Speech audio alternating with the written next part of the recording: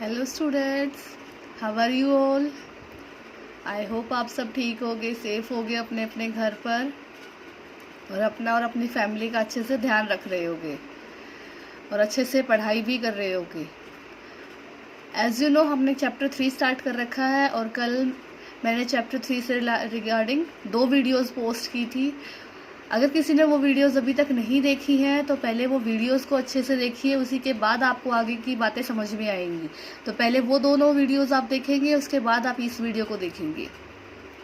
तो चलिए अब आगे आपकी स्टडीज को कंटिन्यू करते हैं और अब हम पढ़ते हैं एक्सरसाइज 3.2 में आपको क्या प्रोसीजर फॉलो करना होगा क्वेश्चंस को सॉल्व करने के लिए, किस बारे में हमारी एक्सरसाइज 3.2 है।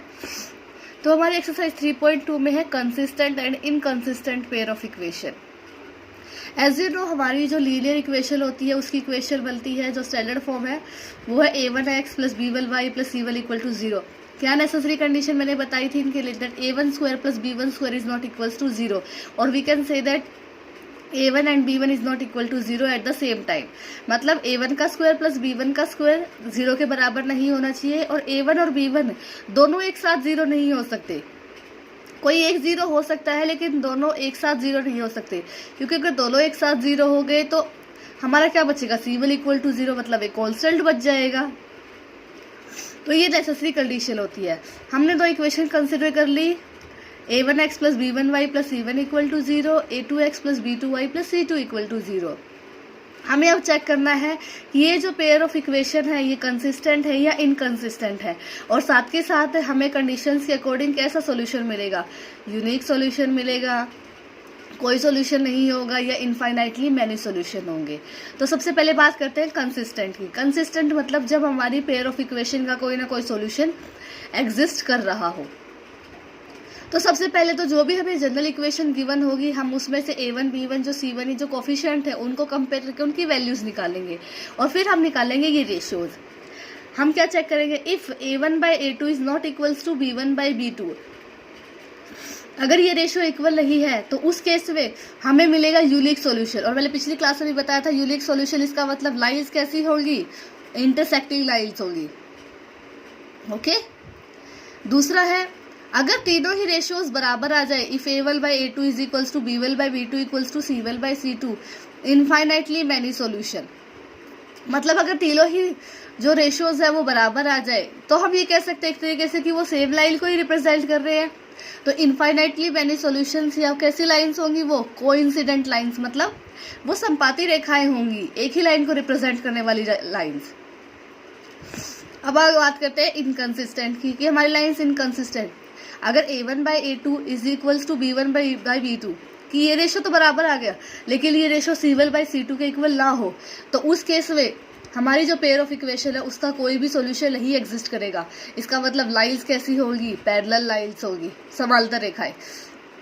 समांतर रेखा है तो इसका मतलब वो कहीं एक दूसरे को कट करेगी तो कोई भी उनका कॉमन सॉल्यूशन नहीं आएगा।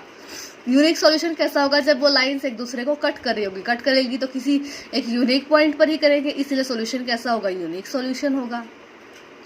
अगर वो सेम लाइन को ही रिप्रेजेंट कर रही है तो वो इस तरीके से कैसे बन जाएंगे, हर एक पॉइंट के लिए एक सॉल्यूशन होगा, इनफाइनाइटली मैनी सॉल्यूशन। ओके, अब बात करते हैं आपकी एक्सरसाइज 3.2 के फर्स्ट क्वेश्चन के सेकेंड पार्ट के बारे में। जैसे आपका क्वेश्चन क्या है, 5 pencils and 7 pens together cost ₹50, whereas 7 pencils and 5 pens together cost ₹46. Find the cost of 1 pencil and that of 1 pen. कि हमारे पास क्या है, 5 पेंसिल और 7 पेन का जो अगर हम साथ में प्राइस लगाएं तो वो 50 रुपये है, और वेरेज 7 पेंसिल और 5 पेन का अगर हम प्राइस लगाएं टोटल वैल्यू कितनी बन रही है, 46। हमें बताना है कि एक पेंसिल और एक पेन का प्राइस क्या होगा। तो पहले आप एक जनरल एग्जांपल से समझिए। मान लीजिए आप सब मार्केट गए हुए हैं, आप मार्केट गए हैं, आपने एक पेन खरीदा, एक पेंसिल खरीदी और आपने दुकानदार को आपने दिए 20 रुपये। तो इसका मतलब क्या है कि अगर आपके मान लो पेंसिल का प्राइस x रुपीज़ है और आपके पेन का प्राइस y रुपीज़ है, तो x प्लस वाई की कीमत कितनी होनी चाहिए, 20 होनी चाहिए। अब इस x y के लिए अलग अलग हो सकता है आपकी पेंसिल 2 रुपये की हो, पेन 18 रुपये का हो सकता है आपकी पेंसिल 5 रुपये की हो, पेन 15 रुपये का हो। इस तरीके से बहुत सारे सॉल्यूशन पॉसिबल है इस इक्वेशन के लिए। अगर मान लो एक पेन का प्राइस 2 रुपये है या 5 रुपये है और मुझे 5 पेन खरीदने हैं, तो हम क्या करेंगे, मल्टीप्लाई करेंगे 5 इंटू 5। मतलब अगर एक पेन का 5 रुपये है तो 5 पेन का कितना हुआ, 25 रुपये।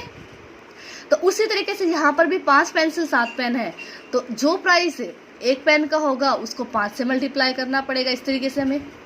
तो सबसे पहले हम मान लेते हैं कि cost of 1 pencil x rupees है, cost of 1 pen y rupees है। मतलब एक पेंसिल की कीमत तो x रुपीज़ मान ली हमने और एक पेन की कीमत y मान ली। तो अकॉर्डिंग टू क्वेश्चन हमें क्या गिवन थी, 5 पेंसिल। अगर एक की कीमत x है तो 5 की कितनी हो जाएगी, 5x। एक पेन की कीमत y है तो 7 की कितनी हो जाएगी, 7y। दोनों का टोटल कितना है, 50 है। That means 5x plus 7y equals to 50। अगली कंडीशन क्या थी, 7 पेंसिल्स एंड 5 पेन्स। मतलब अब 7x plus 5y is equals to 46। ये हमारी दो इक्वेशन बन गई। अब इन दोनों इक्वेशंस के लिए हमें निकालना है कॉमन सॉल्यूशन। ओके, तो सबसे पहले हम पहली इक्वेशन को सॉल्व करेंगे। पहली इक्वेशन को सॉल्व किया हमने, 5x इज इक्वल्स टू, हम 7y को उस तरफ लेके 50 माइनस 7y। x की वैल्यू निकालने के लिए हमने 5 से क्या कर दिया, डिवाइड कर दिया। पहले हम इस इक्वेशन के लिए सॉल्यूशन निकालेंगे। अगर हमने y की वैल्यू 5 पुट की तो 7 5 जा 35, 50 माइनस 35 15/5, हमें x की वैल्यू क्या मिल गई, 3। उसी तरीके से अगर हम y की वैल्यू 0 पुट कर देंगे तो x की वैल्यू 10। इसी तरीके से हम सॉल्व करेंगे दूसरी इक्वेशन। आप चाहो तो इसको रफली ट्राई कर सकते हो। इसके अलावा भी और सॉल्यूशंस आप निकाल सकते हो, ज़रूरी नहीं है आपको यही पॉइंट्स लेने हैं, आप कुछ और वैल्यू पुट करके भी वैल्यू निकाल सकते हो। फिर मैंने दूसरी निकाली। आप अगर ध्यान से, हमें इक्वेशन के सॉल्यूशन से ही पता चल रहा है, 3 5 पहली इक्वेशन का भी सॉल्यूशन है और 3 5 दूसरी इक्वेशन का भी सॉल्यूशन है। दैट मीन्स ये कॉमन सॉल्यूशन है इनके लिए। बाकी हम ग्राफ पर जब प्लॉट करेंगे उसके बाद हम ढंग से सॉल्यूशन बताएंगे। ये तो हुआ इनका एल्जेब्राइक सॉल्यूशन। अब हम निकालेंगे इसका ग्राफिकल सॉल्यूशन। ग्राफिकल सॉल्यूशन निकालने के लिए ये जो पॉइंट्स हैं 3 5 और 10 0 8 और -2 3 और 5, हम इन पॉइंट्स को पुट करेंगे।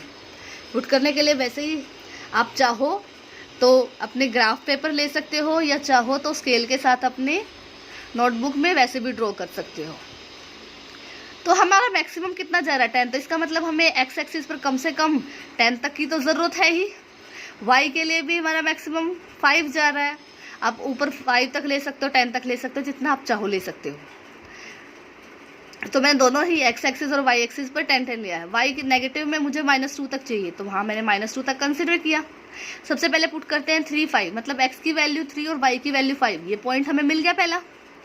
फिर x की वैल्यू 10, y की वैल्यू 0। जब एक दूसरा पॉइंट बिल्कुल 0, इसका मतलब हम पर्टिकुलर एक्सिस की बात कर रहे हैं। यहाँ y0 कहाँ होता है, x एक्सिस पर। उसी तरीके से x की वैल्यू 8, y की वैल्यू -2।